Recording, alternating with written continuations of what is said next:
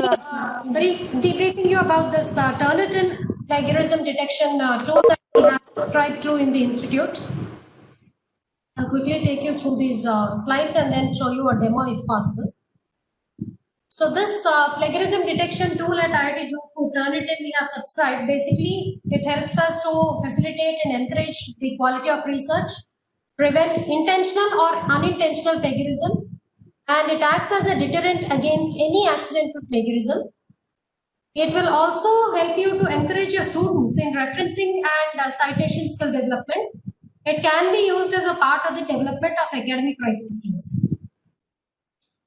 So this is basically an online tool and which is completely web-based. It is a software as a service SAS tool. It will help you check the originality of a work and help you, arrest the plagiarism and manage the process of submitting these assignments and tracking papers electronically. The entire process can be managed via this tool, and it will provide better and faster feedback to the authors. How does it do? It basically, the Turnitin has a vast repository of data. It includes internet sources, journal articles, and there's a repository in which there are already some submissions done by previous users which are existing in the repository. When a paper is uploaded, when a work is uploaded to Turnitin account, as an instructor, when you upload your student's work or your own paper which you are authoring for any particular journal, and when you put it through the software for checking, it checks against all these resources from its repository and then gives you the originality report. The basic features of this Turnitin, which are very easy and available to us, are it does not need any special configuration. It is web accessible, and it is device and operating system independent. You can access it on any device, on any operating system. Need not be Windows or Mac or whatever. And using your email ID, email address and a password which has been set by you for activating this Turnitin account, you can access it. It preserves the original format of your submitted document. It does not alter anything in your document. It only checks for your originality and the similarity index. And it quickly identifies the sources of plagiarized content, if any. If there is a content which has been copied or paraphrased or cited in the paper which has been submitted, it will identify and show you from where it has been copied. It supports multiple file formats, like you can submit Word document, WordPerfect or PostScript file, PDF, HTML or RTF or a plain text file. It also has bibliography and quotation filters. I'll show you how they work. The real aid is, it comes to you when you mark the assignments. It highlights from where the students have referenced, whether they have referenced correctly or used the work of others in a good manner or not. So in all of this, what does the Office of Library do? When new faculty members join the institute, Office of Library creates the library membership, and it creates the IRINS profile, that is Indian Research Information Network System. That is, your research profile is created by the Implemented Center. We upload the data provided by you in a particular format to create your research profile. And then we register the faculty member as an instructor for Turnitin account. By default, we do it for all the faculty members. You need not ask us separately for setting up of this account. And we also set up your remote access account. That is, if you go off campus, you are still able to access all the subscribed resources of the institute from wherever you are. And we send a welcome email to the new faculty member with all these details and the required forms that are need to be submitted or used in your course of recommending books, etc. Once the registration to the Turnitin account is done, the instructor, that is the faculty member, will receive an email on his or her registered email address, that is institute email address, one from Office of Library and one from Turnitin. This will help you complete your account setup. Office of Library sends email like this. This is a welcome email that we send. It's just for your reference I'm showing. It has the information about everything in the library. These are the two forms. One is book acquisition request form and membership form. This is the registration email that goes to the instructor when we create a user account, the instructor account in the Turnitin tool. This is just to let you know that we have created your account, and please wait for the email from Turnitin and then you can activate your account. The email that comes from Turnitin looks something like this. It says, now this is just a de facto thing we have used. So it says, if you're ready to get started, there is a setup account button. You need to just click on this button. It will take you to the site, Turnitin site. And this is how you set up your account. You enter your registered email address, that what we have used to create your account, and enter your last name or family name, that is your surname, and then click on next. The message that is appearing on right hand side, that is account setup message appears. That will send you a validation email.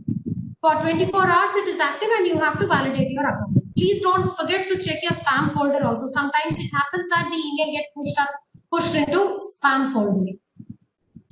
By clicking on the validation, you are prompted to create your password to complete the account setup process.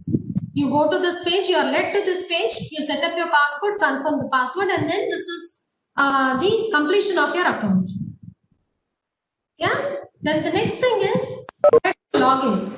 Logging into Turnitin, you just point your browser to https://www.turnitin.com. There is a login link towards the left hand topmost corner. This is the login link. Just click there and this will lead you to the login page. There you supply your email address and your password and click on login. That will take you to the dashboard. This is your instructor dashboard. In your instructor dashboard, you will see add class button. Are you able to see to my left hand side somewhere around? There is a green color button, add class. Click on that. That will lead you to creation of a class. The creation of a class on Turnitin system is the first step in allowing an instructor and students to access and use the services available at their institution. And most instructor and student activity on Turnitin occurs within the class or classes created by an instructor. This is only the step one. This class is used by the instructor to organize students and student submissions into groups. A single class may be used for multiple courses, but they don't recommend. Typically, Turnitin does not recommend due to additional challenges this can create in the organization. A class and its assignments are fully available to the instructor between the date of the class creation and the date that you select for expiration of that class. Once a class has expired, the information and assignments in the class are viewable, but no new submissions or assignments can be taken. And the instructor is capable of extending the expired class. You can reactivate it. Yeah? Something like this, it will appear something like this when you go for creation of a class. When you say add class, on the class settings screen, you have to enter these. The class type, the class name, the enrollment key, and the subject area, student levels, whether it is postgraduate or undergraduate, and when do you want the class to end. And you click on the submit button and your class gets created. This kind of a message pops up when you create a class. Yeah? And your class appears here. You're able to see a sample class we've created. It's a PhD class typically. So here you can see the class with the name that you have created, and click on the class name. It will open a new window. There it will allow you to create assignments to submit papers under the class that you have created. You can create any number of classes. When you click on the class, it will lead you to these windows. It will say add assignment. When you click on add assignment button, you will get another new window with these options: assignment title, the start date you want, and the expiration date or end date. And then when you go to the optional settings, there is something called optional settings in this window. When you go to the optional settings, these are some of the important things that you get to see. If you have any special instructions, or if you want to allow the submissions after the due date, or generate similarity reports for submissions, that is the plagiarism report. Do you want them to be generated or not? And generate similarity report for student submission or just normal submissions, and exclude bibliographic materials for similarity index for all papers in this assignment. Yeah, this is an important thing. You would want to take care of this. Do you want to exclude the bibliographic materials? That is the list of bibliography that you give towards the end of the paper. If you're writing a paper or a student is submitting a paper, the references, do you want them to be excluded or included? This is one choice which you have to remember. Do you want to exclude the quoted materials? That is what I spoke about in the beginning, the paraphrased or the cited paragraphs, 4 lines, 5 lines, whatever has been lifted from another work and has been paraphrased or not paraphrased, but as it is reproduced. Do you want to exclude them or do you want to include them from the similarity index? Because if this is included, definitely the percentage of similarity will go up. They will be checked against that repository and they will pop up as plagiarized content. Exclude small sources and allow students to see similarity reports. Do you want your students to see the reports or not? And then in the second window on right hand side, there is something called submit papers to repository. Repository yes or no repository. What happens when you typically submit a paper, your journal paper, your manuscript for checking the plagiarism?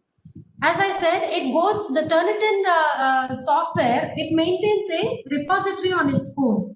When you submit, by default, it goes into the repository. These are the settings for yourself. You can make them default. It goes into the repository, which means that it stays there. And when somebody else submits another paper or you resubmit the paper, it will check against your own paper and it will show up plagiarism. If you would not want your paper to sit in that repository, you will have to choose no repository option. These are the 3 options of repository: student paper repository, current and archived internet, and periodicals, journals, and publications. And then there is something called online grading. If you want to explore, you can explore this. Then we also have this option of e-rater. E-rater is, it enables your grammar checking. If you want to check the grammar of a student submission, you can enable this and use the dictionary available. The categories enabled in this particular option by default it checks the spellings, grammar, usage, and the style of writing. This is something you would want to use for your student submissions. What I would like to tell you is, on optional settings, it's better that you do not forget to set the following questions. You better say exclude bibliographic materials and exclude quoted materials and no repository. Otherwise, your work will remain in the repository. Then there is a whole lot of process to remove that particular submission from the repository. It's a lengthy process. After you create an assignment, you submit a paper in the assignment. What happens when you want to submit a paper in the assignment? So you can see the assignment created under the class. Under you've created a class, then you would add assignments. For submitting papers, click on more actions and you will see 3 options. When you click on the more actions, you'll see edit settings, submit, and delete assignment. So when you click on submit, you will get a single file upload window like this.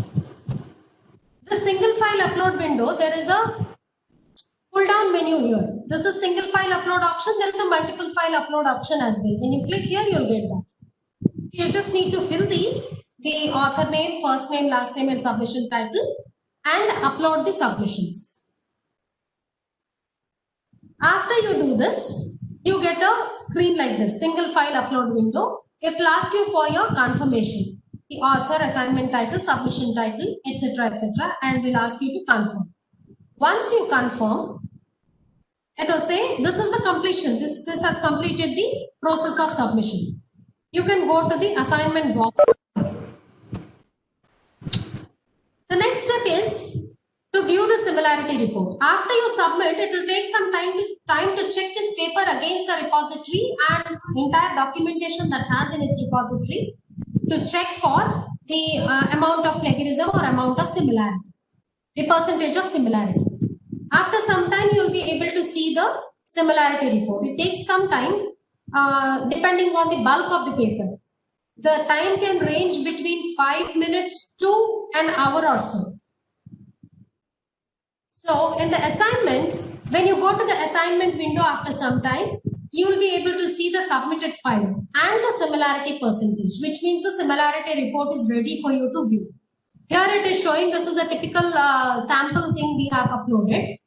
It is showing 28% similarity, which means 28% is the content which is appearing, which is similar to that which is available in the repository.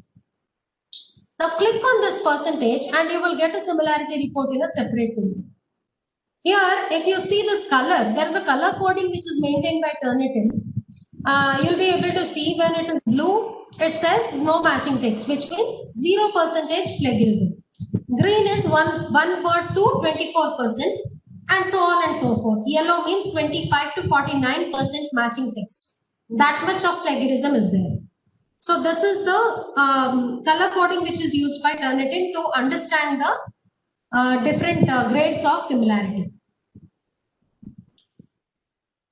When you go to this paper that you have submitted and the similarity report generated, you will be able to see a panel like this, a floating panel on right hand side with some icons. It will show you, if you click on each of these icons, it will show you what it means. This is 28%. If you click on this numerical 28, it will show you the match overview. It will show you submitted to some university, submitted to Blue Mount something. That means it is checking against the content in internet and journals from where the content is copied or it is matching. And it is also highlighting. You are able to see the highlighted portion. This is what has been copied from somewhere else. Similarly, there are other buttons. Like if you download this button is there. On this download button, you will be able to download the similarity. And you click on the current view, you can download the report in PDF format. I'll show you in a demo what these icons mean. There is a filter appearing here. This filter, it shows if in the beginning you have not set the bibliographic and the quoted content similarity, if you have not checked it or you have not set your options, you can always change it from here. This is what it means. And this ETS means enabling the e-rater or the grammar check. This is all about how to submit and get a similarity report. Now, what happens when your paper goes into the repository or when you want to withdraw your submission? In that case, what you have to do is you have to send an email request to Office of Library for removing your papers. But just a request will not do. You have to give us these two information. This data is absolutely required. This is must. These details are a must. The submission date, when did you submit the paper, and for every submission, a submission ID is generated. That ID is important to identify your submitted paper from the sea of repository. That is how the paper is withdrawn. So these two details, the Office of Library will in turn liaise with Turnitin because we have the administrator credentials. We liaise with Turnitin and we send these details, and within less than 24 hours, usually the retracking of the paper happens. Apart from Turnitin, there is also a free tool called Urkund. This is another plagiarism detection software. This has been, the access has been provided to all the institutes and universities by the eShodh Sindhu e-Resources Consortium of Ministry of Education, that is MHRD. They have also tied up with this software. They have renamed it as Shodh Shuddhi and it is free of cost, available to all. What you could do is, if you want your students to learn about plagiarism and the prevention of plagiarism, how to avoid and the referencing and citation, the importance of giving credit to the cited references and all this process, you can request your students to use Urkund. This is a easy method for them to use and toy around the software and how to cite properly. Because Turnitin Feedback Studio, the accounts are available basically to the faculty members. The faculty members can create a class and assignments and submissions can happen through that. The instructor accounts are available only to the faculty members. So if you have any questions, you better let me know. Dr. Shema, there are two questions we have. Yeah. One is, can we compare the similarity between two students' reports using Turnitin?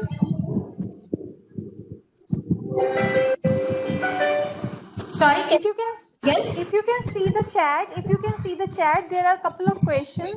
Yes. Can we compare similarity between two students' reports? See, that comparison can happen only manually. This software doesn't compare on its own. It can generate a similarity report for one submission, one report per one submission. That is how it works. Does Turnitin also provide feedback on overlaps between assignments, say from different students? If not, any alternative tools available? Yeah, this is once again comparison. As I said, I haven't seen it doing this, but I can check. Nevertheless, I can take this question to Turnitin and get an answer. Hardik also asked the same thing, almost similar thing. I'll ask. Ram Prakash is asking what percentage similarity is allowed in a paper. These kinds of software count references. Yes, sir, it counts references. So that is where you have to uncheck or check the bibliography. That is one feature that I showed you. I'll show you in the demo also. And the percentage allowed in a paper as far as assignments are concerned, it is up to the instructor. And if it is a matter of thesis, the academic committee has to set forth a policy for allowing what percentage is recommended by the the institute or the senate or whatever. This is a call that academic committee and the senate has to take. And as far as journal papers are concerned, it is up to the publishers. Gauravji is asking, okay, he's saying something. How to check similarity without references? Yes, I'll show. That. I'll quickly.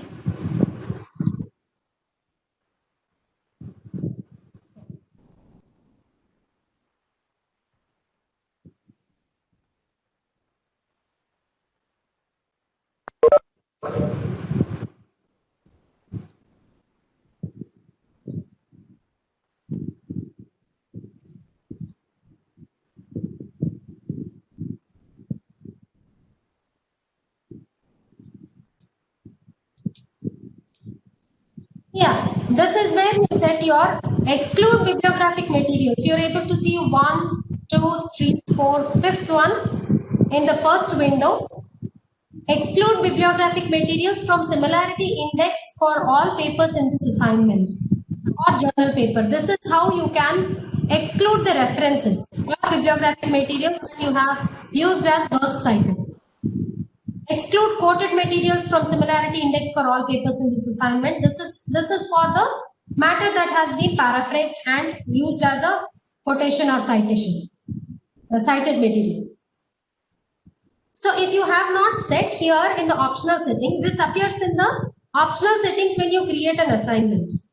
If you have not done this here, what you can do is, you can go here and this funnel is appearing, this filter.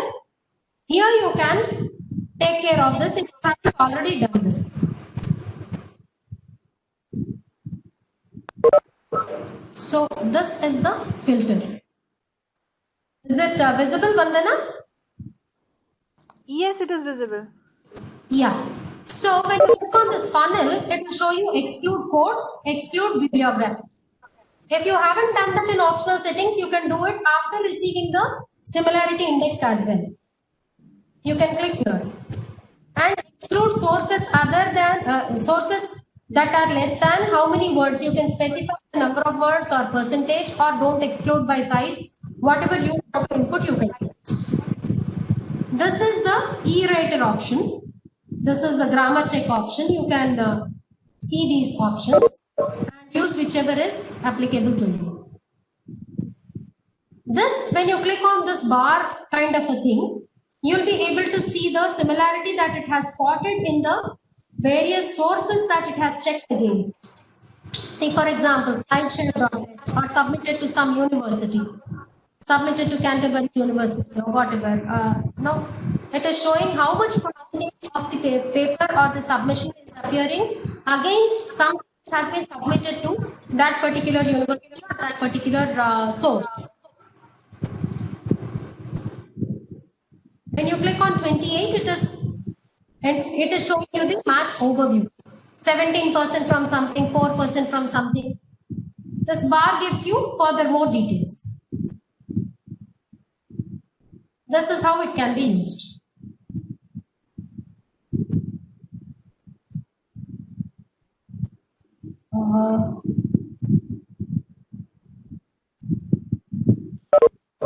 This is how the Turnitin Feedback Studio appears. When you log in as a instructor, this is how it appears.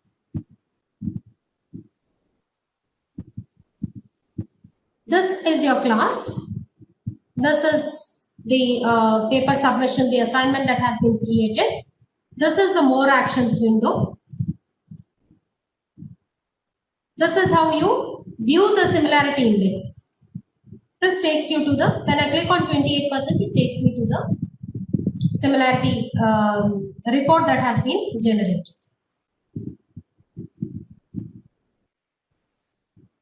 Any more questions or anything? You can always, yeah. Can you please share your slides? Yeah, sure. I will share. But still, how much percentage similarity is allowed in a paper? Ram Prakash, that instructor has to decide. If you are the instructor, you have to decide for your class assignment how much similarity are you going to allow to your students. That is for you to decide.